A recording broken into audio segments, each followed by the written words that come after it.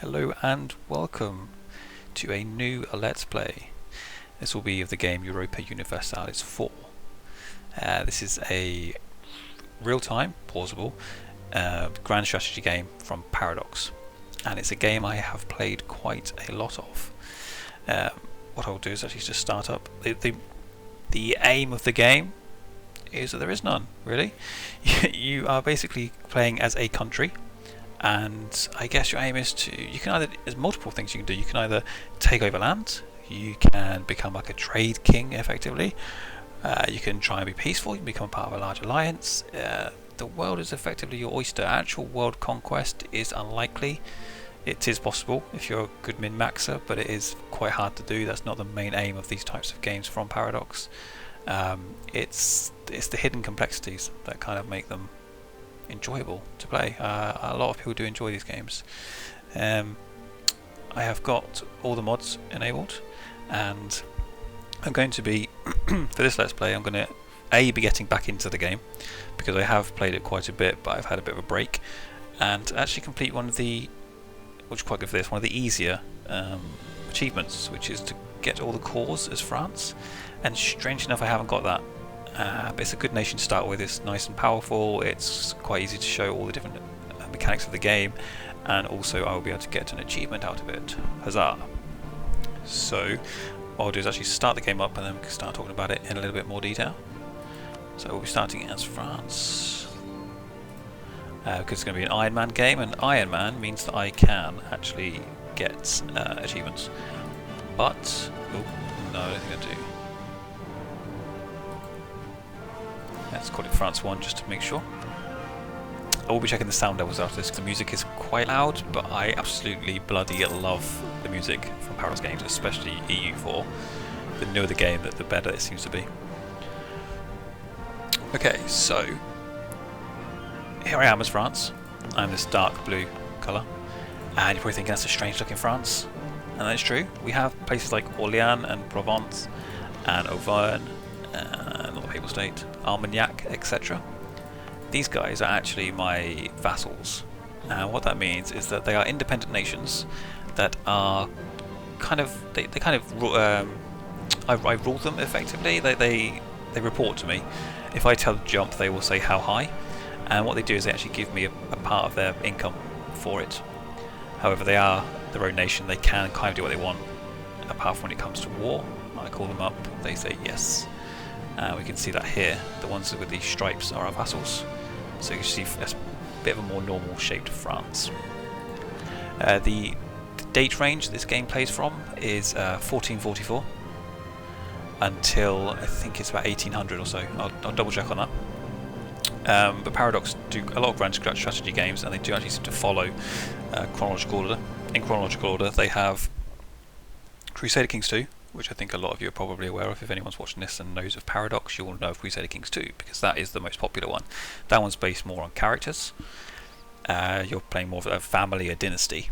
You've then got Europa Universalis, which is more about the nation. You control this big nation, you want to try and take over other people's lands. It's less about the people, more about the country. You then have Victoria 2, which follows in the Victorian era, and that is more about the people, the actual population of your country. You have much less expansion, unless you get the one that goes into Africa. It's a little expansion there for going into Africa, and you can expand quite quickly there.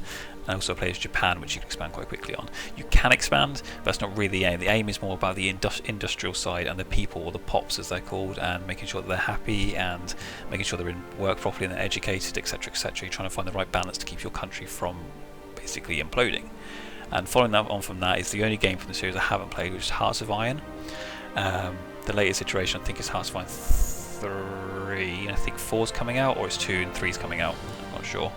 I'll definitely be playing Hearts of Iron because that follows on afterwards, which is more about the, I think, First World War, Second World War, and I believe there's possibly going up to possibly the Cold War. I can't remember if they are or not. That was just a bit of talk and they said no about that, but that is definitely one that's on my radar because that's more about the fighting than anything else. So you have dynasty, you have country, you have populations within the country and industry, and then you have more to do with the war, the fighting, the building the right research and stuff like that. So back to this game. I'm just going to start with a small introduction of actually, or just a few of the little items really. And one good thing is a lot of the menu items are very much minimisable, and you can get things out of the way, you can add things as needed. Loads of extras here. It's very detailed if you want it to be. You can also play it with almost no detail at all. So it's a very good game to jump into. It's more complex than Crusader Kings 2. However, it's thoroughly enjoyable, and it's really not difficult to get into at all. I do have a couple of mods actually. A graphics mod which just changes the text a little bit, and a few mods which change the UI, but nothing that's actually changing the game. And that's one good thing with these games, is that you can have mods on as long as they don't change the game, the way it plays. You can still get your achievements. Anything that changes the way the game plays, you know, if you increase the attack of everything by just 10%, so it's equal across the board, boom, you cannot get achievements, which is kind of fair. So it goes down, the smallest level is on a kind of province level, and within a province you only have the one. It's not like in Crusader Kings 2 where you have multiple towns and that, you just have the one area, so you see kind of one step removed. And you can have buildings which you upgrade, but that comes out depending on the technology that you've gone down, which I'll show you later. And out of that you then zoom out, and you've got actually the countries: France, Castile, Aragon, England, and that's Europe.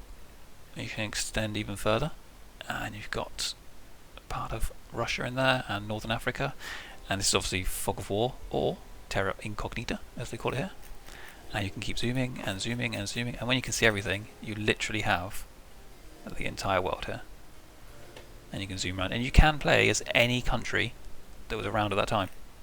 It's fantastic. You can play as Korea, you can play as Akkuiulu or Trebizond, Kandar always get taken over by the Ottomans, which is good. It's good grand scope, and you know, Sweden's huge. Sweden and Norway apart, both underneath Denmark at the moment. It's good. I love these games because they're kind of historical. Anyway, back into the mechanics of the game. Sorry, I get carried away a bit there. Start with a bit of the UI. At the top is your money. If you hover over, you get a bit more tooltip information. So you have the amount of money that you bring in. You earn money per month in this game. So every month it ticks over, plus or minus, depending on how much you've earned. You get taxes from the land, production from the land. Trade is in and out between different nodes. Vassals is, like I said before, the people that are underneath you, and then you'll have your army maintenance and your fleet maintenance taking money away.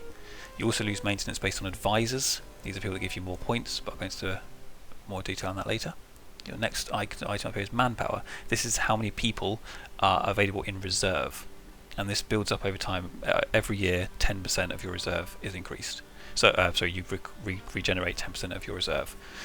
So 34,000 is my maximum, so if that was depleted at all, I'd regain near enough 3,500 every year. So basically it takes 10 years to fully recover. And that's it, plus or minus based on different reasons, don't worry about that. Stability is basically how stable your country is. The more stable it is, the more income you get, and also the happier people are. If it goes into negative stability, you're more likely to have rebels. So rebels will rise up, you have to try and beat them down. It's not something you want, really. I think you have better fighting ability as well with higher stability. Prestige. This is basically how other people like you, and really just how popular you are, and how much they will respect you, I guess. It also affects royal marriages, but don't worry about that either. And you can see there's a lot of effects on that, and how a positive or a negative one will affect these things. Legitimacy is more against you as your heir to your country and your ruler in the country. If you have a poor heir, you can quite easily be taken over in a royal marriage, or if someone tries to claim your throne. So try not to have any bastard children, effectively. And power projection. This is something that's introduced quite recently, so I haven't actually played a game with this, so I might get this slightly wrong. But this is about you get points from there. It says long-time rivals and not enough rivals. So you really want to have some rivals. It basically entices you to actually have people you don't like, so that you go and fight them. So you try and expand.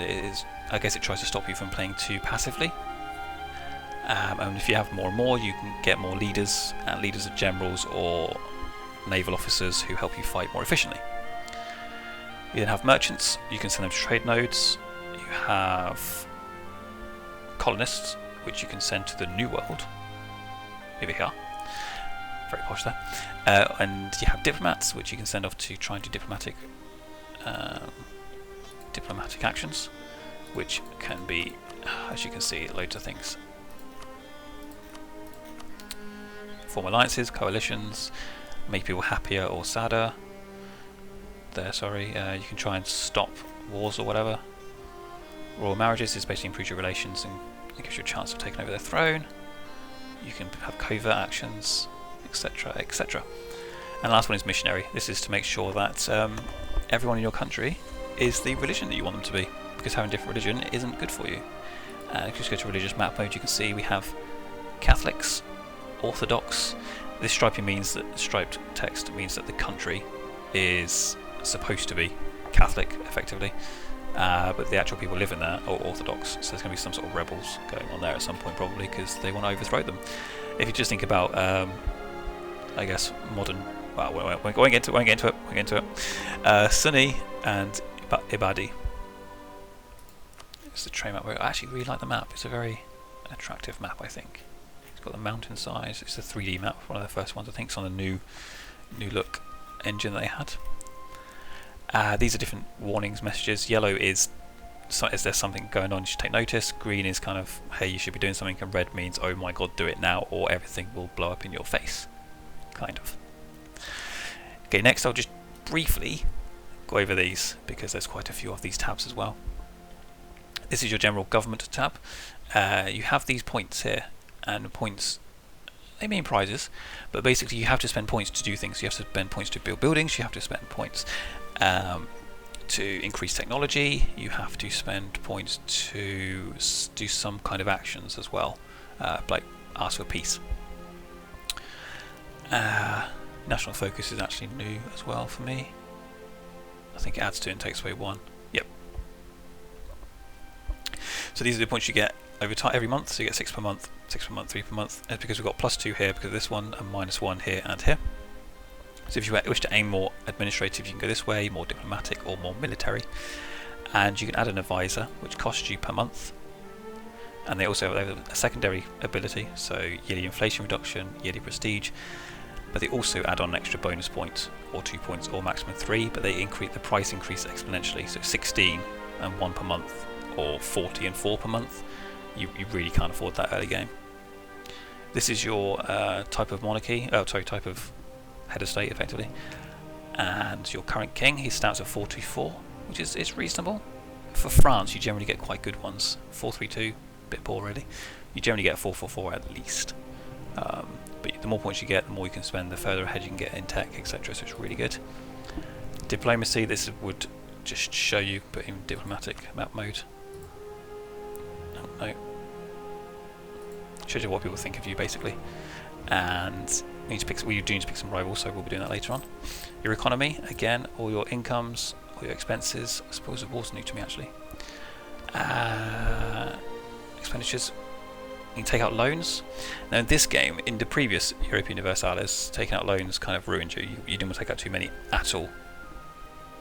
Here what happens is you take out a loan and you have to pay back every year interest, as you generally do, but it also increases your inflation. Higher inflation means that you everything you try and purchase costs more money as well, so you're kind of ruining yourself in that sense.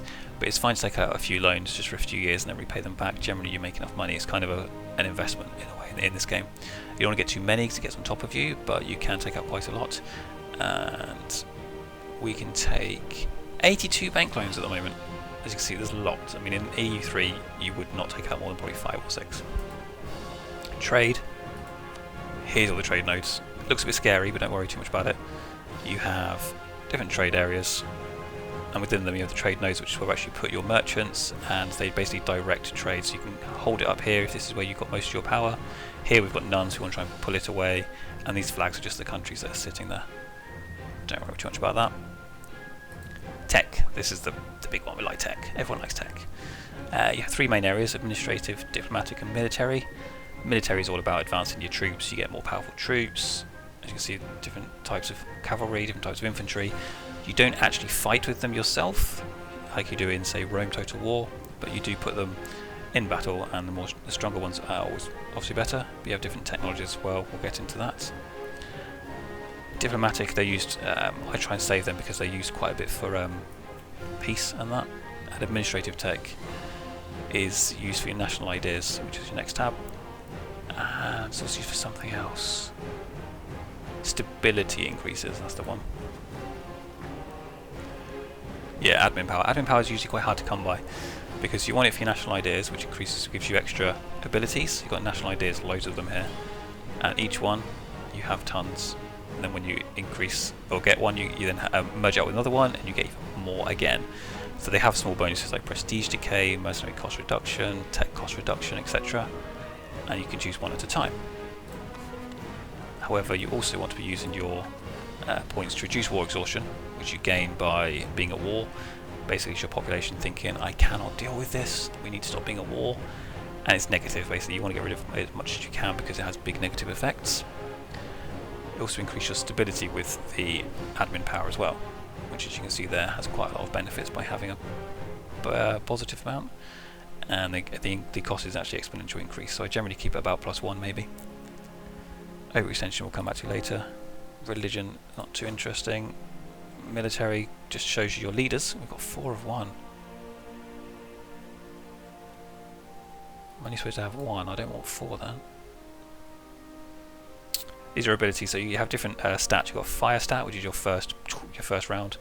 Your shock is basically different stages of fire. When we actually fight, I'll show you. But you've got fire, shock, maneuver is how fast they can move effectively, and siege is how good they are at attacking forts, which we won't be doing much of. But 441.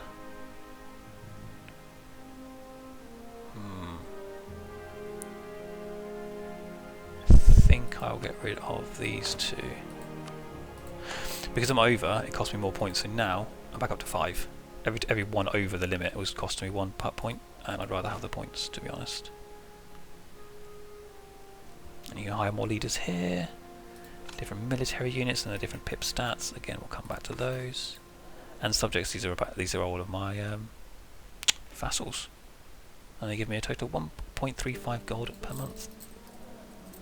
Okay, there are also missions, which is quite good to get you in the mood. Gives you a kind of a place to aim for.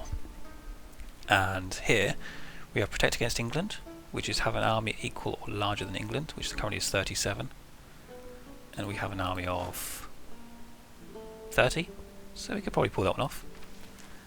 Annex Orléans, which basically means make them not your vassal anymore, but actually make them part of your country. That takes quite a while to do and costs quite a bit.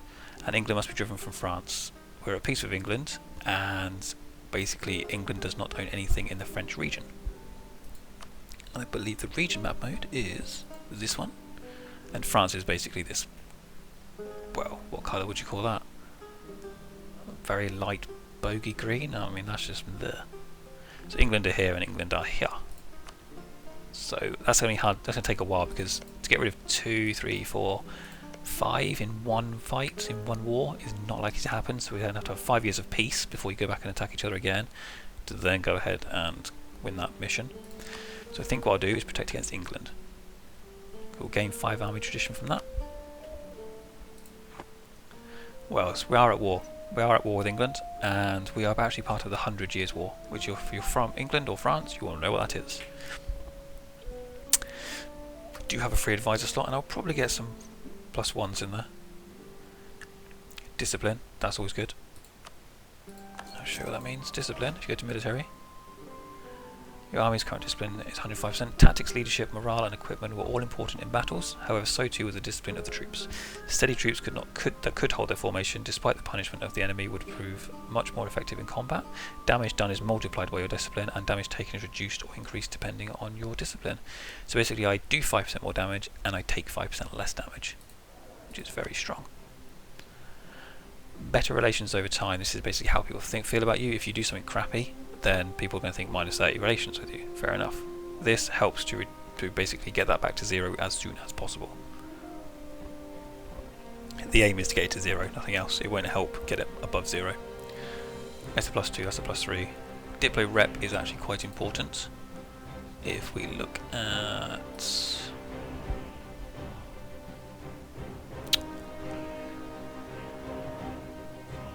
I can't remember where it is. never mind, we'll come back to that. But diplomatic reputation was one of the... Oh, I can't find it, that's going to annoy me. Basically it's good to have if you're going to be talking with people, but I think I'll keep that off for now.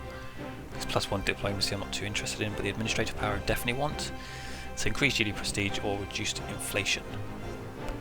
Helps me take some loans out. Am I much of a positive? Nah. Prestige. Gives me more trade power, more morale. Morale's good. More papal influence. Again, that's something down here which we can talk about later. I think for now, prestige is probably better. We do gain that whilst fighting, so we should boost that quite quickly, but I think just for a few months, just to get some benefit. I don't care about that for now. Too many diplomatic relations.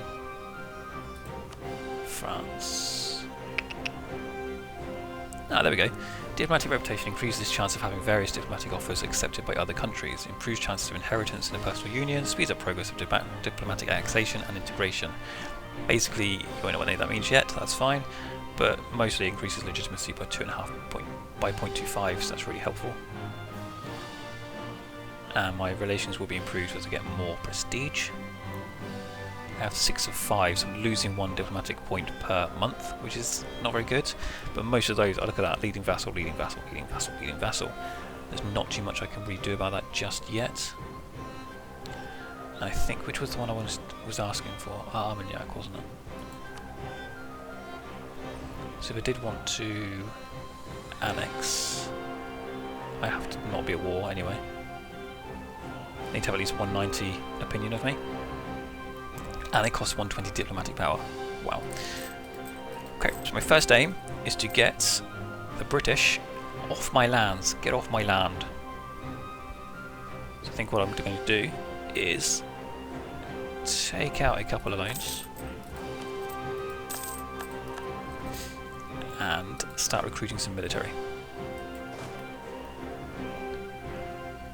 We do have ships as well, however the British have a much better fleet. So I'm not going to be silly, I'll just leave them there for now, I believe. And 22 to 8. As you can see, cavalry, you cannot have more than 50% cavalry. That is different in different areas. In Western, down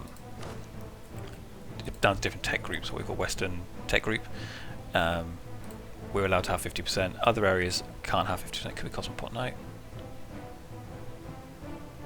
Yeah, we'll have 50%. The Mongols over here, they can have, I think, 100%, so it means they can have a lot more cavalry when they fight, because if you go above your 50%, they start becoming less effective, which is not something you want. But I think, yeah, 22 to 8 is a good little split there.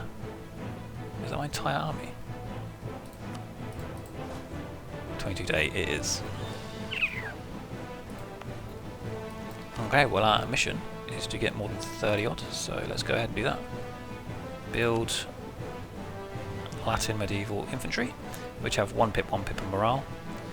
And let's go in the shorter ones, because no, the longer ones, because the horse is going to take longer to create. 5 of them and 3 horses. It's got loads of money left.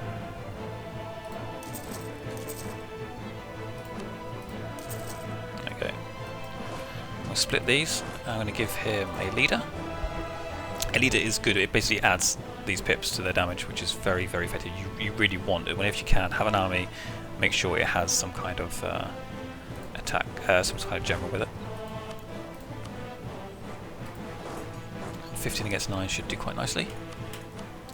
So let's play the game. Speed up here, 1, 2, 3, 4, 5, and pause.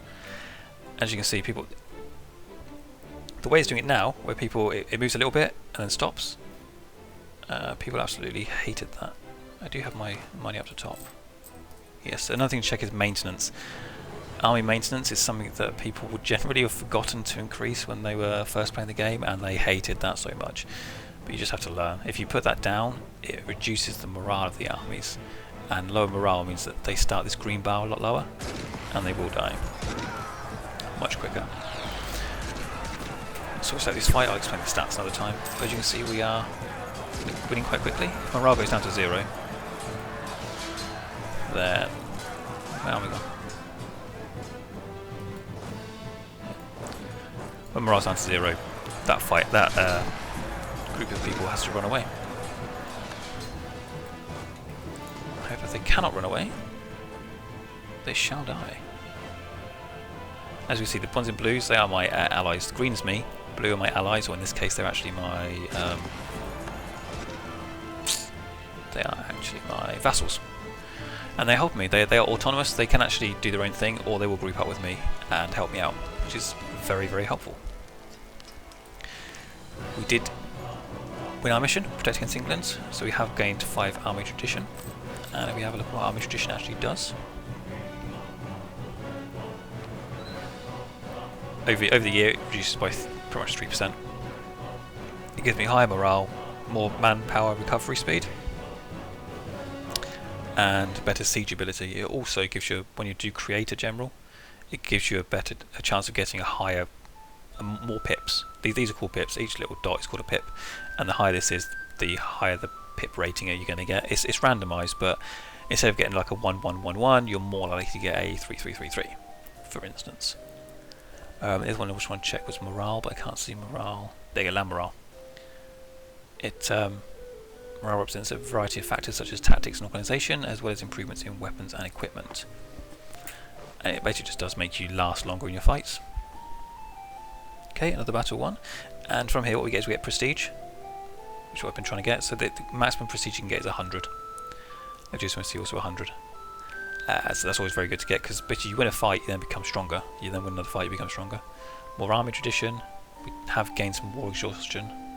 And this is how many troops have been lost. So we lost 3,000 infantry. Admittedly, this wasn't just us. This is the other guys as well, so they must have lost a good chunk of these. 3,000, 1,000 cavalry. They only lost 1,500. So basically, they almost came out better, but I don't really think that was me as such. So you can see that where they're running off to. They run off one here because that's where they can go, but you can also mouse over and it says they will arrive in Lapurdi on the 30th of December 1944. So we're going to go and chase them down, because they will die.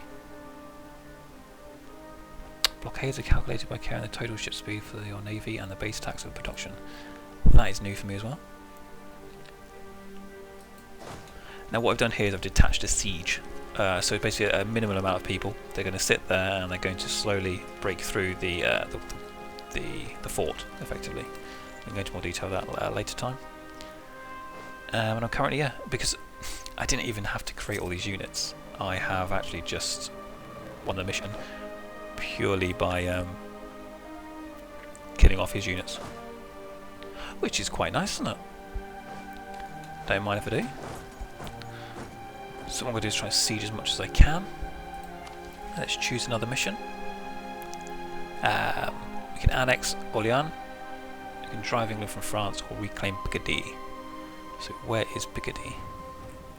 So I think F is find. Yes. Picardy. See, Picardy's with Burgundy. We're not even at war with Burgundy yet. And France and Burgundy, let's just say they absolutely hate each other. Minus 200, that is the most negative you can go. Literally he's minus 200 purely because he wants my provinces.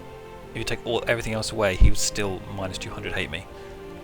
That means he's a rival, which means he's chosen me as a rival. And that's fine, this sort of era, this is true. It's the way it is. So what I do actually need to do, which I did forget, was create some more rivals, didn't I? It was telling me to do that. I have England. I may as well create Burgundy, it's pointless not. Oh, you can't add a rival whilst at war. Ah, my mistake. I thought you could before. I guess that's to stop you trying to cheat it, effectively.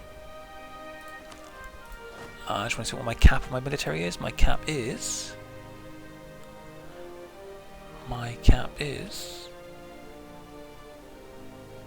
30 out of 30. I should probably stop all of these building then. Shit.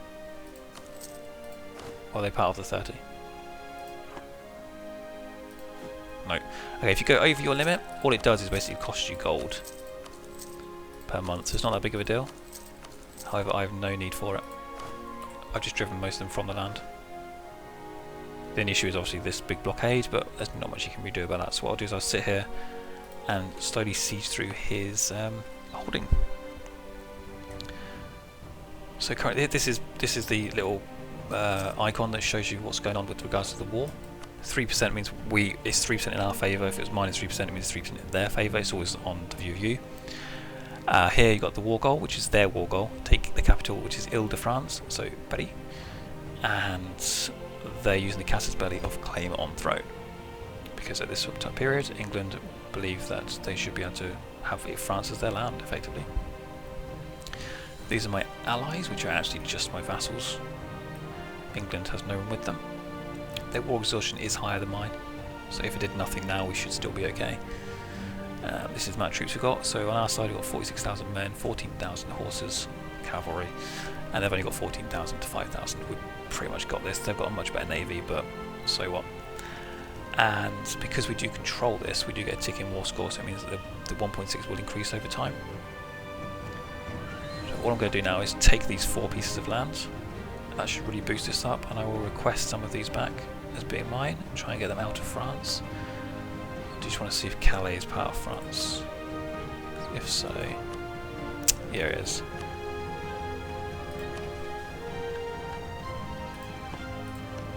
We can try and annex Orléans. That takes quite a long time. I'll tell you what, we just won't have a mission for now. That'll probably be the best thing.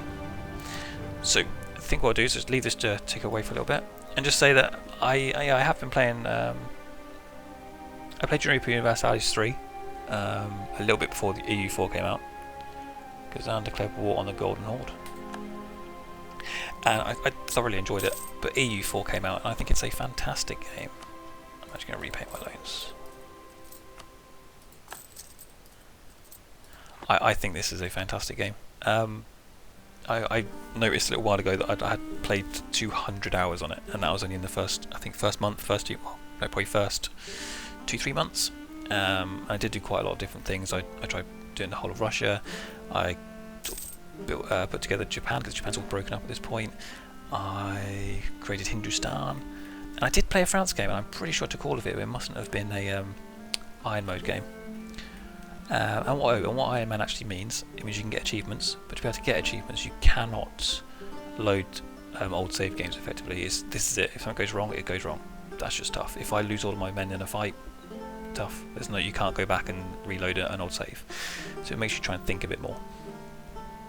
So I think what I'm trying to mainly do at the moment is just get England out of France, and we'll see how it goes from there. But yeah, this is just an introduction mainly. Quite a bit of information in the first one, but hopefully I'll start doing more gameplay as we go along, and then I will give you information as we see it. You know, Portugal declared war against Morocco. Conquest. There's now a crusade against them. Okay. This is really the end of the crusade periods. Crusader Kings 2 is more the crusades. As you can see, Granada's almost completely been pushed out. This is all Christian nation. Military access, go for it. Why not? Okay, so I think what I'll do now is I'll end this video here. And yeah, there'll definitely be a lot more of this. I'm definitely going to play this until I get to the end of the achievement at least. My aim is to probably stop there and then start some other ones, which are probably a bit more interesting to play. But I've wanted to do a let's play of this for a few months. However, I didn't really have the right equipment to do so. Didn't have very good internet, effectively, and I've been playing other games at the moment. But this is a grand strategy game. It's going to take a lot of time to get into it. However, I think I will. It'll be a good one to play. I just realised I've actually got my diplomats just sitting around doing nothing, and they should be doing something. And these guys are about to take it. So I'll end the video here. Let's pause it. It's one of those games where it's always just one more turn. There's no turns, but you just want to do one more thing. It's always going to go. Let's wait for it to pop. Okay, it's popped. Now let's just wait for this one to pop. That's popped. Okay, we've moved these ones up here. There's going to be a fight. Let's wait for that, and then let's just take over this, win the war. And there's so many times I've finished at 2 o'clock, 3 o'clock in the morning, thinking, shit, I've got work the next day. It's definitely one of those one more turn. It's like Civ 5, but without the actual turns. It's a really good game, and I hope you guys enjoy it as much as I do, and I hope I bring this across or make it look like a good game.